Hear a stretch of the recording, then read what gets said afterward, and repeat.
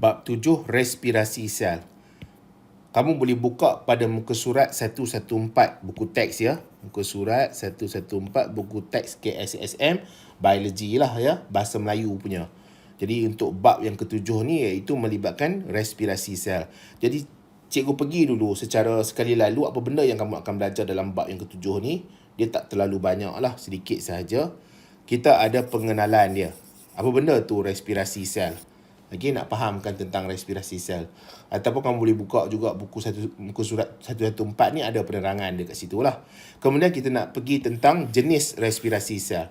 Okey, untuk jenis respirasi sel ni ada dua sahaja jenis. Ada dua sahaja jenis. Itu ikut buku teks tu ya.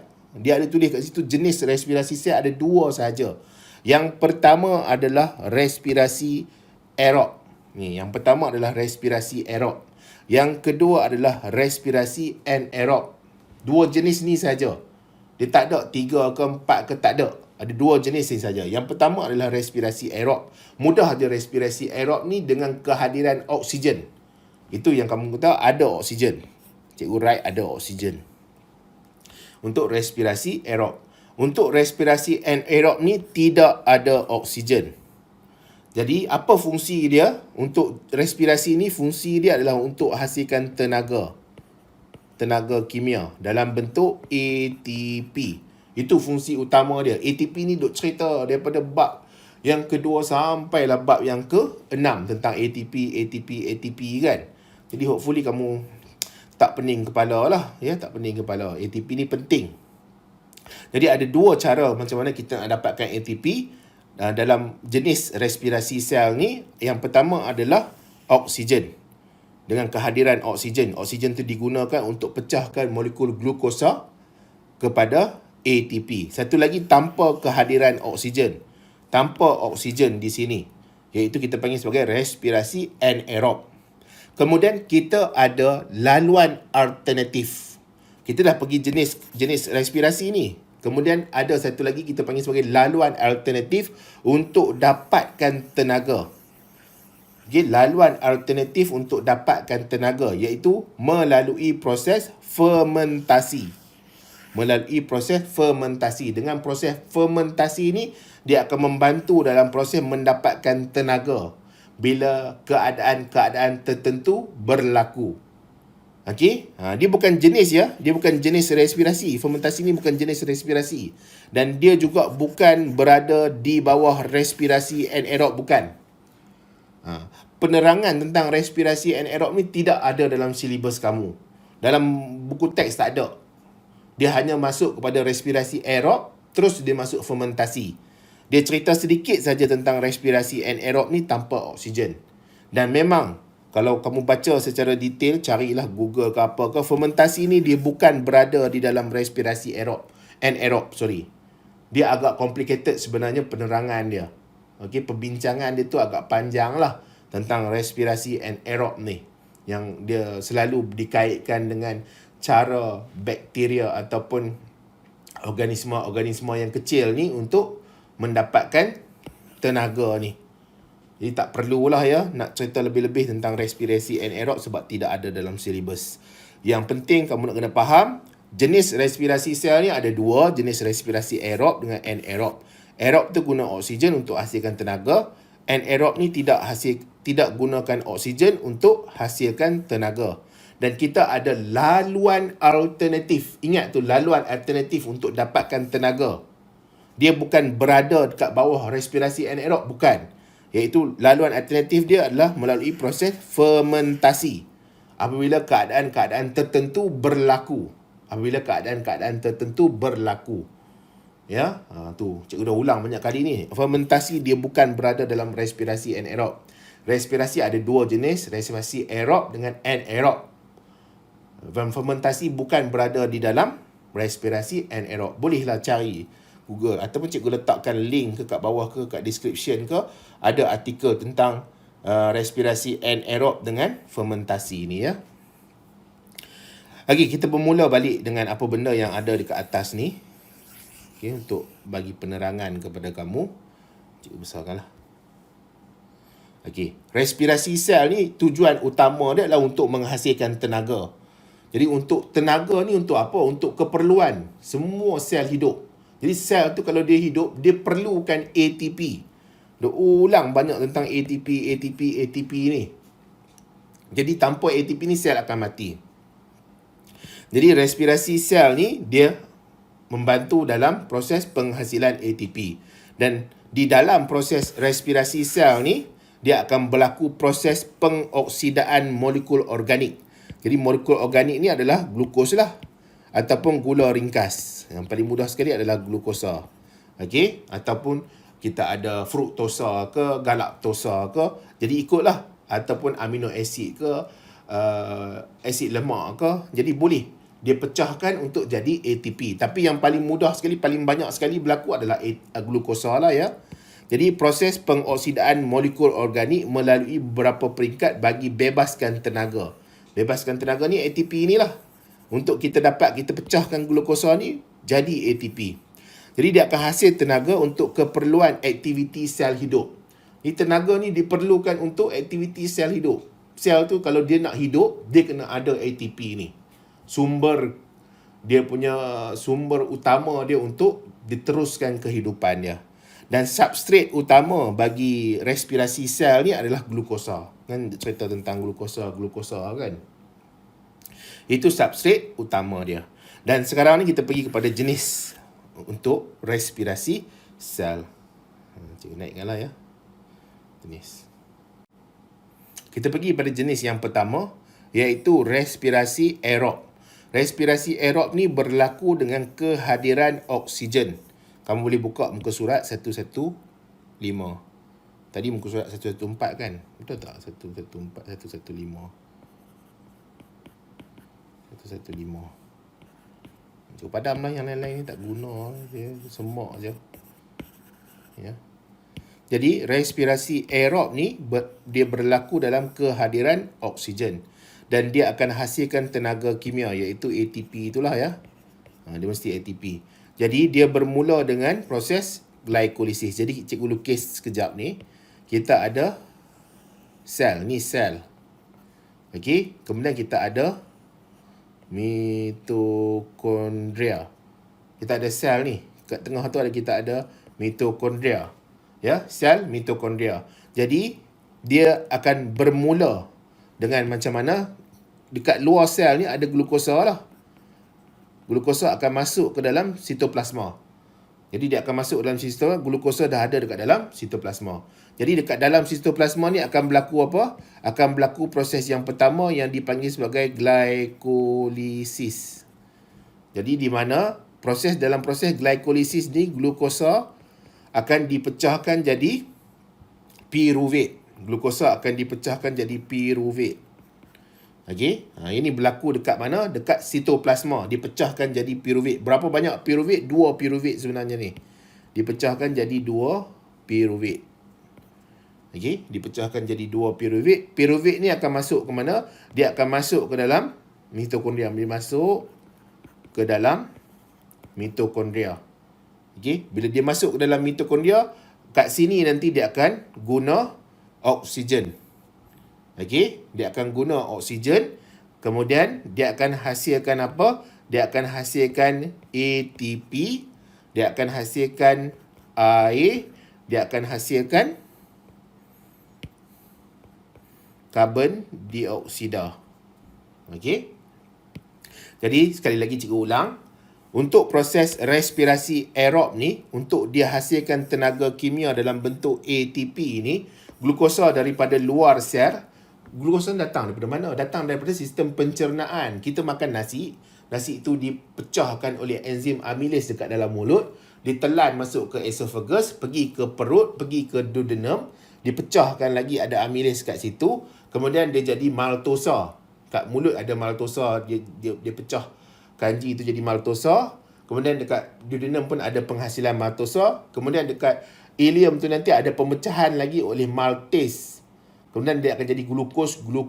Glukosa ni akan keluar daripada usus kecil tu, ileum tu, masuk ke salur darah. Bila dia masuk ke salur darah, darah tu akan mengalir pergi ke seluruh tubuh badan. dia keluar daripada salur darah tu, dia masuklah ke ruang di antara sel ni. Jadi bila dia masuk ke ruang antara sel ni, glukosa kemudian akan masuklah ke dalam sel. Dia masuk melalui proses apa? Proses selalunya kita dengar adalah proses resapan berbantu. Dia masuk menggunakan sama ada protein liang atau protein pembawa lah. Dia masuk ke dalam sitoplasma. Jadi bila dia masuk ke dalam sitoplasma, glukosa ni akan dipecahkan kepada piruvate melalui proses glycolysis. Yang pertama, berlaku di mana? Berlaku dekat sitoplasma ni. Kemudian, dua piruvate ni akan masuk ke dalam mitokondria. Dia akan masuk ke dalam mitokondria, bukan glukosa. Piruvate tu akan masuk ke dalam mitokondria. Jadi, dekat mitokondria ada berlaku apa? Berlaku pengoksidaan piruvate ni. Dia berlaku pengoksidaan. Pengoksidaan tu maksudnya dia guna oksigen. Piruvate ni akan bertindak balas dengan oksigen. Kemudian dia akan hasilkan ATP, air dengan karbon dioksida. Jadi itu yang berlaku. Jadi glycolysis ni adalah penguraian glukosa oleh enzim berlaku di sitoplasma hasil piruvate. Seterusnya pengoksidaan piruvate di dalam mitokondria. Okey, di dalam mitokondria. Itu yang berlaku untuk proses aerob. Jadi sekarang ni kita nak pergi kepada seterusnya. Kamu kena ingat, jenis untuk respirasi ada dua. Yang pertama adalah respirasi aerob. Yang kedua adalah respirasi anaerob. Respirasi aerob dengan kehadiran oksigen, dia guna oksigen. Respirasi anaerob tidak guna oksigen. Kemudian, respirasi anaerob tanpa oksigen lah. Dan kita ada laluan alternatif. Okey, laluan alternatif untuk dapatkan tenaga, iaitu dipanggil sebagai fermentasi. Jadi sekarang ni cikgu nak terangkan tentang fermentasi. Untuk fermentasi ni kamu boleh buka muka surat 117 ya, buku teks muka surat 117. Boleh nak baca buku teks tu pun tak apa. Okey, apa dia fermentasi? Laluan alternatif untuk dapat tenaga selain respirasi sel. Nampak tak? Selain respirasi sel. Respirasi sel ada dua jenis, iaitu respirasi aerob dengan respirasi anaerob. Jadi selain daripada respirasi sel ni, kita ada fermentasi untuk dapatkan tenaga. Jadi fermentasi ni adalah proses penguraian glukosa tidak berlaku dengan lengkap. Jadi proses penguraian tu pemecahan. Molekul glukosa tu dipecahkan. Tetapi pemecahan itu, penguraian itu tidak berlaku dengan lengkap. Keadaan ini, fermentasi ni dia berlaku sebab apa? Sebab keadaan oksigen terhad atau tiada oksigen. Kamu kena ingat, dia bukan respirasi sel. Dia bukanlah. Okay? Dia adalah laluan alternatif untuk dapat tenaga. Okey, selepas glycolysis, piruvate akan jalani. Nampak tak? Selepas glycolysis. Tadi kita ada glycolysis ni, dia akan hasilkan piruvate. Tetapi piruvate ni, dia akan jalani fermentasi. Okey, dia akan jalani fermentasi. Piruvate ni, struktur ni, dia akan jalani fermentasi. Dia tak boleh nak masuk ke dalam mitokondria ataupun tak boleh nak teruskan dia punya proses dekat mitokondria sebab dia tidak ada oksigen atau oksigen terhad. Dia tidak ada oksigen atau oksigen terhad. Jadi, ada sesuatu yang berlaku kepada piruvate tu. Apa yang berlaku kepada piruvate tu, dia jalani fermentasi. Dan dia ada dua jenis fermentasi yang kemungkinan boleh berlaku pada piruvate. Iaitu yang pertama adalah fermentasi alkohol. Yang kedua adalah fermentasi asid laktik. Yang pertama adalah fermentasi alkohol, yang kedua adalah fermentasi asid laktik. Jadi dua keadaan ni yang boleh berlaku kepada piruvate. Jadi kita pergi kepada jenis fermentasi ini. Yang pertama adalah fermentasi alkohol. Jadi ini dia punya tindak balas kimia ataupun persamaan kimia dia. Kita ada glukosa. Jadi glukosa ni dipecahkan, kemudian berlaku fermentasi kepada piruvate tu dan dia akan menghasilkan etanol. Okey, dia punya struktur dia ada hasilkan alkohol. Dia hasilkan etanol, dia hasilkan karbon dioksida, dia hasilkan tenaga 210 kilojoule ni sebenarnya ya. 210 kilojoule kena tambah J. Okey, untuk yang atas ni, untuk yang ini, tenaga ni ATP ni dia bersamaan dengan 2898 kilojoule. Okey, 2898 kilojoule. Apabila dia gunakan oksigen. Tetapi apabila dia tak menggunakan oksigen, dia hanya mengalami fermentasi alkohol sahaja tanpa kehadiran oksigen, jumlah tenaga yang dihasilkan hanyalah 210 kilojoule sahaja, berbanding dengan kehadiran oksigen 2898 kilojoule. Jadi maksudnya dia banyak kali ganda lah kehadiran oksigen ni. Oksigen ni sangat-sangat membantu dalam penghasilan ATP dengan kadar tenaga dia 2898 kilojoule. Berbanding dengan tanpa kehadiran oksigen, dia hanya ada 210 kilojoule. Dan dia ada masalah apabila penghasilan etanol ni, alkohol. Okey, penghasilan alkohol. Jadi antara kegunaannya ni, antara benda yang boleh berlaku ni adalah berlaku apabila kita bagi contoh yang berlaku di yeast. Jadi kalau kita nak buat eksperimen, nak buat kajian tentang fermentasi alkohol ni, kita boleh guna yeast. Okey, kamu boleh buka muka surat 118 tu. Jadi yeast ni dia menunjukkan bahawa apabila tidak ada oksigen, jadi dia akan pecahkan gula yang ada atau glukosa yang ada, dan dia akan hasilkan karbon dioksida. Dan bila kita pegang tube ataupun bekas yang mengandungi yeast tadi tu, yang dicampurkan dengan gula tu, bekas tu akan agak sedikit panas. Kenapa sedikit panas? Ada tenaga yang dibebaskan. Kamu boleh buat eksperimen nanti dekat sekolah, mudah saja. Masukkan yeast, campur dengan air, bubuh gula sedikit. Kemudian kamu akan nampak dia berbuih-buih. Jadi antara buih itu nanti adalah, yang keluar adalah karbon dioksida. Kemudian bila kamu pegang tube tu nanti, kamu akan rasa sedikit panas. Jadi panas tu tenaga lah. Dan kemudian bila kamu lama bau dia akan ada bau alkohol. Jadi itu etanol lah. Ya, itu etanol. Jadi itu yeast yang digunakan dalam industri. Contohnya industri pemakanan ni, penghasilan beer dan wine. Jadi boleh nak guna beer untuk wine. Okay, yang paling mudah sekali kalau kita nampak ada kat overseas tu, dia campurkan yeast tu dalam jus buah. Buah anggur ke buah apa? Buah apa lagi ya? Jus anggur lah selalunya kan. Okey, untuk penghasilan beer dan wine. Kemudian yeast juga digunakan untuk buat roti. Sebab apa? Roti ni, yeast ni apabila tidak ada oksigen, apabila dia bernafas, dia akan hasilkan karbon dioksida. Jadi bila dia hasilkan karbon dioksida, dia bernafas, hasilkan karbon dioksida, menyebabkan ada rongga-rongga udara di dalam dough tu. Di dalam dough tu adalah sebelum dia panaskan jadi roti, dough. Apa bahasa Melayu panggil apa dough ya? Ya, bukan dorebi. Okey, itu dough kan. Jadi kalau kita buat dia kecil je yang tu, lama-lama dia akan, bila kita biarkan dia lama, dia akan jadi kembang. Sebab apa? Sebab ada rongga-rongga udara. Okey, ada rongga-rongga udara. Jadi ni kita panggil dough ni, dia akan lembut. Roti tu nanti keluar dia lembut. Dan memanglah dia ada alkohol sikit, etanol, tapi apabila dipanaskan, etanol atau alkohol tu dia akan meruap. Sebab apa? Sebab dia volatile. Dia punya takat didih tu rendah. Jadi yeast digunakan untuk buat roti. Tapi kena biarlah. Maksudnya bila kita dah campurkan dia dengan yeast, kita tak boleh terus masak. Kita kena biar setengah jam ke 1 jam ke, supaya dough tu dia naik. Ya? Faham tak? Tak tahulah ya. Okey, kemudian kita ada fermentasi alkohol yang kita boleh lihat pada tumbuhan. Iaitu tumbuhan pokok padi. Pokok padi ni ditanam di kawasan yang berair. Di kawasan lumpur, kawasan air yang bertakung.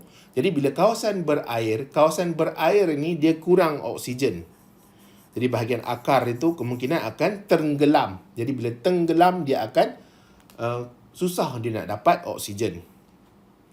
Jadi akan berlaku fermentasi alkohol pada pokok padi itulah. Jadi bila pokok padi itu dia nak menghasilkan tenaga, dia menjalankan fermentasi alkohol dan dia akan hasilkan etanol. Jadi bila dia hasilkan etanol ni toksik kepada sel. Di sel tu tak boleh terima kehadiran etanol tu. Jadi macam mana pokok padi nak survive? Sel-sel pada pokok padi tu macam mana dia nak teruskan kehidupan kalau ada toksik. Toksik ni dia ada keupayaan untuk membunuh sel-sel, membunuh tisu-tisu, membunuh organ-organ yang ada pada pokok padi itu. Ya. Tetapi pokok padi ni pastinya lah dia ada adaptasi. Dia ada sesuatu yang special, ada sesuatu yang istimewa menyebabkan dia toleransi. Dia menyebabkan dia bagus, dia punya penerimaan dia terhadap etanol. Okey? Jadi pokok padi ni toleransi dia tinggi kepada etanol disebabkan dia ada enzim alkohol dehydrogenase. Jadi pokok padi ni ada enzim alkohol dehydrogenase yang boleh pecahkan ataupun uraikan ataupun selesaikan etanol ni dan tukar dia kepada alkohol. Ini tak ada masalah lah. Pokok padi walaupun dia tenggelam, walaupun dia menghasilkan etanol, etanol ni dapat dimusnahkan dan diurai menjadi karbon dioksida oleh enzim alkohol dehydrogenase. Ya, senang saja yang itu. Dan sekarang ni kita pergi kepada fermentasi asid laktik. Untuk fermentasi asid laktik ni, glukosa dia akan dipecahkan jadi asid laktik dan tenaga. Tapi yang atas ni kalau fermentasi alkohol, dia jadi alkohol. Nampak tak kat sini dia tidak ada karbon dioksida. Karbon dioksida tak terhasil. Dia hanya hasil kepada asid laktik dan tenaga. Okey, itu je tulis dalam buku teks muka surat 119. Muka surat 119. Jadi boleh tengok jugalah. Jadi glukosa, persamaan kimia dia adalah glukosa dipecahkan jadi asid laktik dan tenaga. Sebagai contoh ada dua lah kat sini iaitu lactobacillus. Jadi ia ini adalah sejenis bakteria lactobacillus. Jadi bakteria lactobacillus ni akan jalankan fermentasi susu. Jadi fermentasi susu. Jadi bila dia fermentasi susu, dekat industri pertanian ni dia masukkan lactobacillus atau bakteria ni ke susu. Dia campurlah lactobacillus ke susu. Jadi lactobacillus ni akan menjalankan proses fermentasi. Jadi dia akan menghasilkan tenaga. Tenaga ni tanpa kehadiran oksigen. Jadi dia akan cuba pecahkan gula yang ada, glukosa yang ada ataupun laktosa yang ada pada susu tu, gula yang ada pada susu tu untuk jadi tenaga. Pada waktu yang sama dia hasilkan asid laktik juga. Ya. Tindak balas ke atas laktosa, nampak tak? Dia tindak balas terhadap laktosa yang tukar kepada asid laktik. Jadi laktosa ni akan ditukar kepada asid laktik. Asid laktik akan gumpal kesin. Jadi asid laktik ni akan gumpal kesin. Kesin ni adalah protein pada susu. Dan dia akan jadi seperti dadih atau yogurt. Selalunya yogurt lah, bukan dadih. Dadih ni kalau bahasa Melayu, orang Melayu kita tak bubuh, dia tak rasa masam. Kan, kamu pernah makan dadih tak rasa masam. Dadih ni dia manis, susu tu je lah.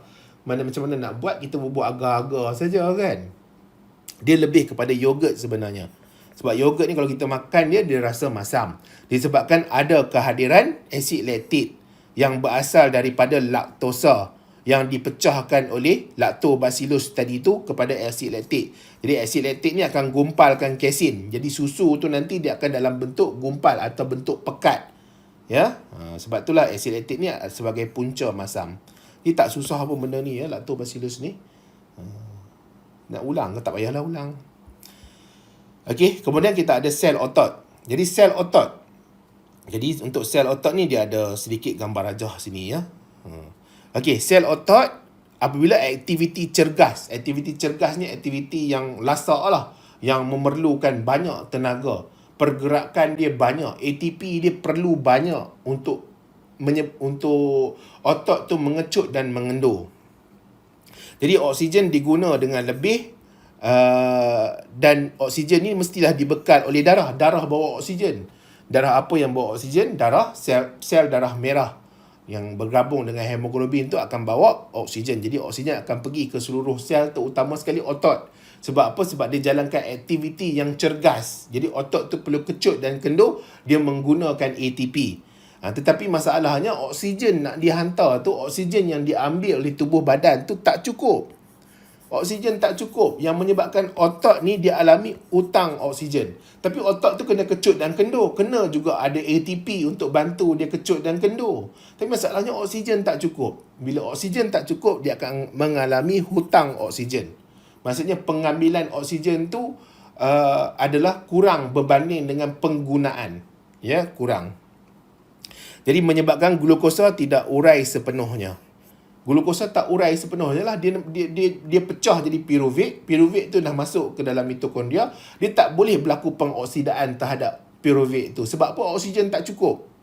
Jadi nak tak nak dia terpaksa kena hasilkan juga tenaga. Sebab apa? Otot nak tenaga. Sebab otot tu dia nak kecut dan kendur. Jadi hasilkan 2 ATP sahaja, 150 kilojoule sahaja. Jadi 2 ATP sahaja yang dihasilkan. Pengumpulan asid laktik sebabkan kelesuan dan kejang otot. Jadi maksudnya bila dia pecahkan glukosa ni, dia pecahkan glukosa, glukosa dipecahkan, dia akan hasilkan asid laktik. Sebab apa? Sebab tidak ada oksigen. Jadi asid laktik akan berkumpul lah. Jadi bila asid laktik berkumpul akan menyebabkan kelesuan dan kejang otot. Okey, sebab dia berkumpul pada otot. Sebabkan otot tu yang menggunakan banyak ATP. Sebabkan otot tu ada proses pengecutan, pengenduran. Sebab orang tu dia jalankan aktiviti cergas. Antara aktiviti cergas yang dia buat, antaranya berlari, antaranya panjat gunung, antaranya kayuh basikal. Jadi kemungkinan terlalu banyak sangat diperlukan ATP, oksigen tak cukup untuk pecahkan piruvate tu kepada ATP. Tapi tubuh badan nak juga hasilkan ataupun nak perlu juga ATP. Jadi dia terpaksa kena pecah juga glukosa, tapi tak banyaklah dia hasil 2 ATP saja, iaitu lebih kurang 150 kilojoule. Dan ini akan menyebabkan pengumpulan asid laktik yang menyebabkan kelesuan dan kejang otot. Dan apabila dia rehat nanti, adalah oksigen berlebihan. Jadi oksigen berlebihan ni akan oksidakan asid laktik kepada karbon dioksida, air dan tenaga. Jadi asid laktik ni akan ditukar baliklah kepada karbon dioksida, air dan tenaga. Jadi hutang oksigen pun dibayar. Jadi untuk rawat kejang otot atau kelesuan ni antaranya rehat lah. Ya, itu antara yang paling cepat, paling bagus sekali, rehat. Ataupun waktu berlaku kekejangan tu terus kita rehat. Okey. Jadi sekarang ni kita nak cuba fahamkan tentang graf ni. Jadi graf ni penting ya, sebab graf ni juga selalu ditanya untuk soalan-soalan kertas 1 dan kertas 2. Pertama sekali bila kita tengok graf, selalunya lah cikgu kan, bila tengok graf ni, kita akan tengok paksi Y, paksi X dulu. Paksi Y, paksi X. Mana paksi Y, paksi X? Kamu kalau tak tahu paksi Y, paksi X, masalah lah. Ya, ini paksi Y, ini paksi X. Okey. Jadi paksi Y ini adalah pengambilan oksigen. Kamu jangan tiba-tiba terkejut tengok graf-graf ni, terkejut. Kita tengok dulu apa benda yang ada. Antara yang paling awal sekali kita nak tengok adalah paksi X dengan paksi Y ni apa. Jadi paksi X ni adalah masa minit. Okey, masa minit. Jadi ni permulaan senaman, ni akhir senaman, ni akhir pemulihan. Jadi permulaan senaman, kamu nampak tak pengambilan oksigen dia awal sederhana lah, rendah. Okey. Kemudian pengambilan oksigen dia makin lama makin tinggi. Okey, sampai satu tahap menyebabkan dia ada hutang oksigen. Kenapa ada hutang oksigen? Sebab dia lakukan senaman di sini. Senaman dia tu memerlukan oksigen yang banyak. Jadi bila dia mula senaman dia, terus tinggi dia punya keperluan oksigen. Tapi pengambilan dia tak banyak. Okey, pengambilan dia tak banyak. Dia punya keperluan dia tinggi. Sebab apa? Sebab dia tengah menjalankan senaman. Dia keperluan dia tinggi. Kan? Dekat sini keperluan dia. Jadi bila dia keperluan dia tinggi, pengambilan dia tu baru nak naik sikit. Jadi sini akan membentuk hutang oksigen. Yang warna tu akan membentuk hutang oksigen. Sekali lagi. Jadi ni permulaan senaman. Okey, permulaan senaman dekat sini. Jadi dia masih awal lagi lah. Jadi bila dia mula senaman, terus dia lari 100 meter dalam keadaan yang terkejut. Bila dia lari dalam keadaan terkejut macam tu, dia perlu memang banyak oksigen waktu tu. Tapi pengambilan dia tak adalah banyak sangat. Okey, pengambilan dia baru naik sikit, tapi dia dah start senaman pada kadar yang tinggi itu. Jadi dekat sini ni nanti, dia dah bermula senaman dia. Yang ni adalah keperluan oksigen dia. Sini adalah keperluan oksigen dia. Okey, sini adalah keperluan oksigen dia, keperluan oksigen dia. Tapi masalahnya pengambilan oksigen dia baru nak naik sikit-sikit. Jadi, antara sini dengan sini, dia akan membentuk hutang oksigen lah. Sebab apa? Oksigen tak cukup. Sebab pengambilan dia baru nak naik sikit.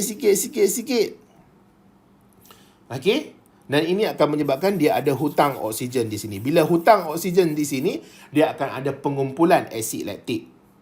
Dia akan ada pengumpulan asid laktik. Okey?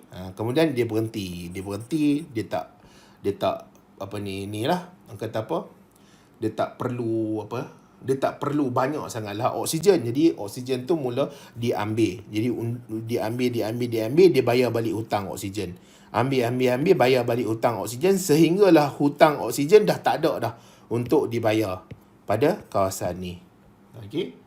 Jadi dia ambil itu untuk bayar balik hutang oksigen. Kamu boleh faham ke tidak? Ni mudah aja. Terang macam mana lagi ya? Kan dia mula exercise sini terus naik tinggi lah. Jadi ini menyebabkan kawasan ni adalah kawasan hutang oksigen dia.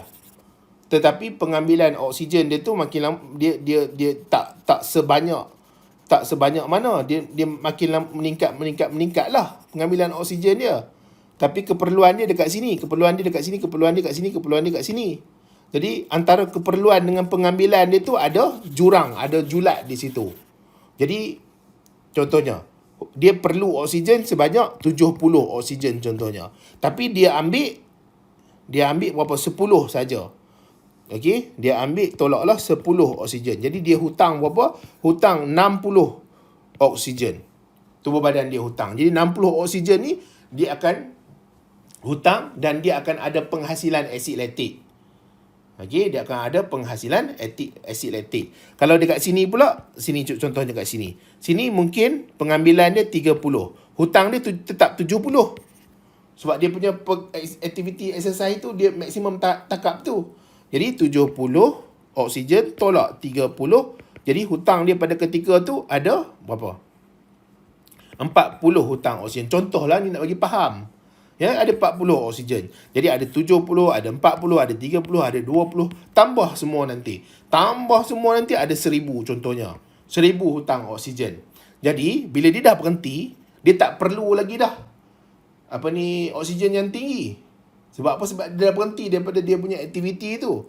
Jadi, oksigen yang diambil dia tu akan bayar balik. Yang awal tadi 70 bayar balik.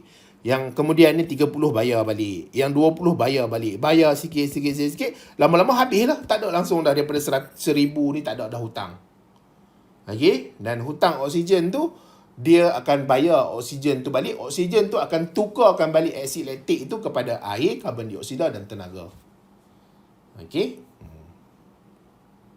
Jadi habislah bab yang ketujuh ni yang melibatkan respirasi sel. Jadi cikgu harap kamu fahamlah. Dan kalau kamu berminat nak dapatkan nota cikgu ni, kamu boleh mesej cikgu 0113837470. Jangan risau, boleh mesej, boleh tanya. Tak beli pun tak apa. Ya, tak beli pun tak apa. Nak tahu harga dulu kan. Dia memanglah sedikit mahal lah nota tu ya. Sebab apa? Cikgu print sendiri. Cikgu post sendiri. Dan dia pun print dan post tu berdasarkan permintaan. Jadi dia sedikit mahal. Jadi nota tu walaupun dia mahal sedikit, tapi dia ada video penerangan. Jadi maksudnya ada video untuk terangkan setiap apa yang ada dalam nota tu. Ya. Itulah dia. Okey. Itu justifikasi cikgu lah. Okay, kamu nak beli pun boleh, tak nak beli pun tak apa, jangan risau. Boleh kamu nak tulis sendiri pun tak ada masalah. Okay, nanti pada bab yang ke-8, bab yang ke-8 kita akan fahamkan tentang ni, iaitu melibatkan sistem respirasi dalam manusia dan haiwan. Okay, itu sajalah video kali ini. Kita akan jumpa pada video bab yang ke-8, sistem respirasi dalam manusia dan haiwan.